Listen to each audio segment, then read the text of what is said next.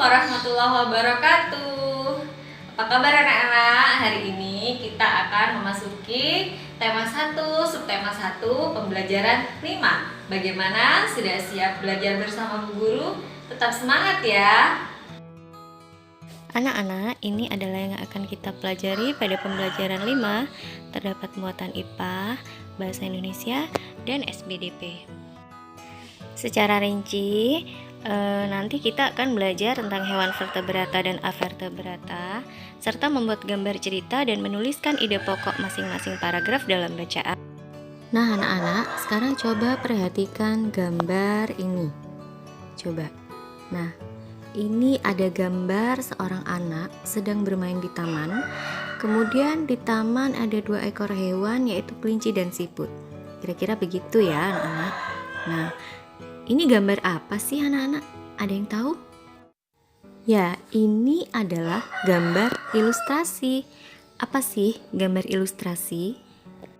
Ya, gambar ilustrasi adalah suatu gambar yang sifatnya menerangkan atau visualisasi dari suatu uraian, baik berupa cerita, berita, karangan, maupun naskah.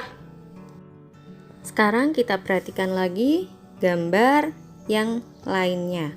Nah, itu ada gambar 2 hewan, kelinci dan siput.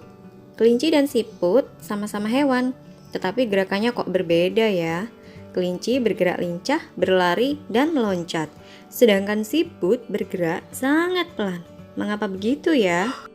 Nah, anak-anak, apa yang sudah Bu Guru sampaikan di depan ada kaitannya dengan materi yang akan kita pelajari hari ini, yaitu tentang perbedaan antara hewan vertebrata dan avertebrata, serta tentang ide pokok bacaan yang terdapat dalam gambar bercerita.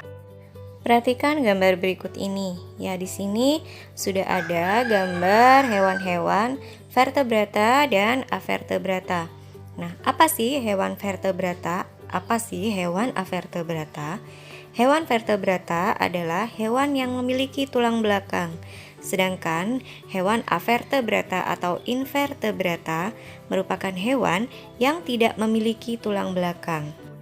Ini adalah ciri-ciri hewan vertebrata. Di antaranya telah memiliki tulang belakang sejati, memiliki otak yang sudah berkembang dengan baik, sebagian besar memiliki tubuh dan kepala yang terpisah, memiliki kerangka yang disebut juga endoskeleton, ukuran tubuh bervariasi, mempunyai alat gerak aktif, memiliki alat pencernaan yang lengkap, serta memiliki sistem peredaran darah tertutup. Gambar-gambar berikut ini menunjukkan contoh-contoh hewan bertulang belakang atau vertebrata. Di antaranya ada Pisces, ikan, amfibi, reptil atau binatang melata, apes, burung, kemudian mamalia atau binatang yang menyusui. Ini beberapa gambar contoh hewan vertebrata. Macam-macam ya. Nah, pada pembelajaran sebelumnya kamu telah mengetahui bahwa kelinci termasuk hewan vertebrata. Lalu bagaimana dengan siput? Siput adalah hewan avertebrata. Hewan avertebrata adalah hewan yang tidak memiliki tulang belakang. Adapun ciri-ciri hewan avertebrata adalah susunan syarafnya berada di perut, memiliki rangka luar, dan otaknya tidak terlindungi oleh rangka. Contoh hewan avertebrata adalah siput, serangga, cacing, ubur-ubur, cumi-cumi, dan lain-lain.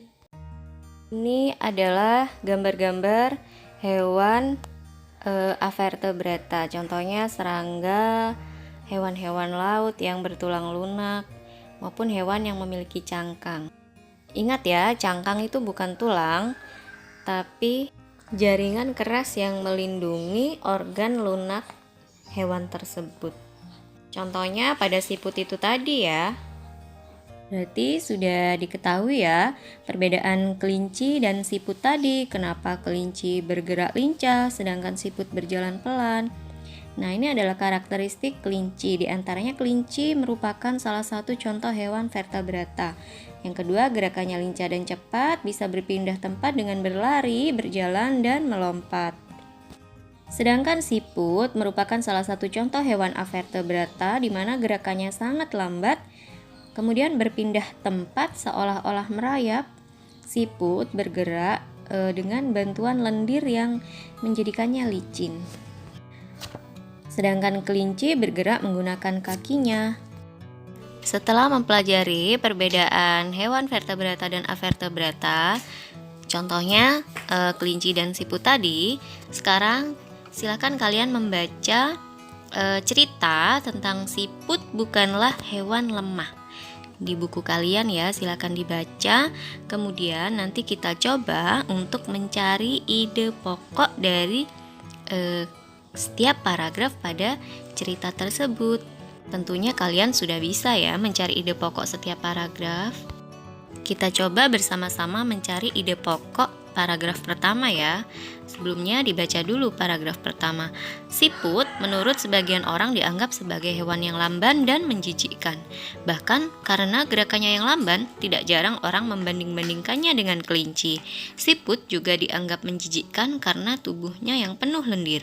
Nah, setelah membaca dan memahami paragraf pertama, baru kita bisa menemukan ide pokok paragraf pertama, yaitu siput menurut sebagian orang dianggap sebagai hewan yang lamban dan menjijikkan. Ide pokok paragraf bisa saja kita temukan di awal paragraf. Jadi sangat gampang ya menemukan ide pokok. Silakan kalian melanjutkan mencari ide pokok setiap paragraf yang ada pada cerita ini.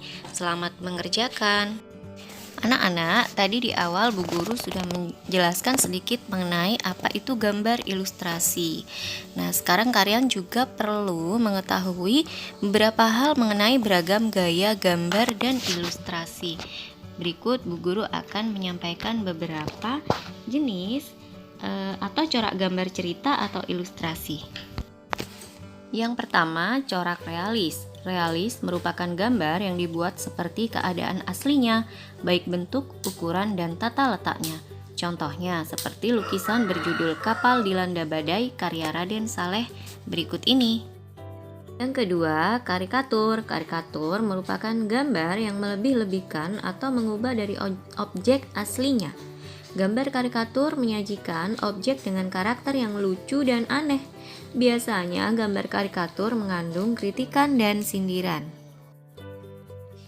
Berikutnya adalah kartun.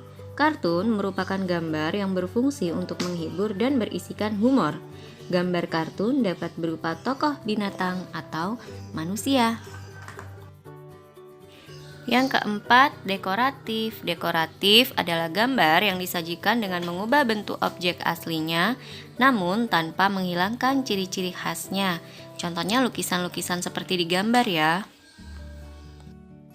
Baiklah anak-anak, itu tadi rangkaian materi yang kita pelajari hari ini. Mudah-mudahan bermanfaat ya. Silakan dilihat berulang-ulang supaya kalian semakin paham.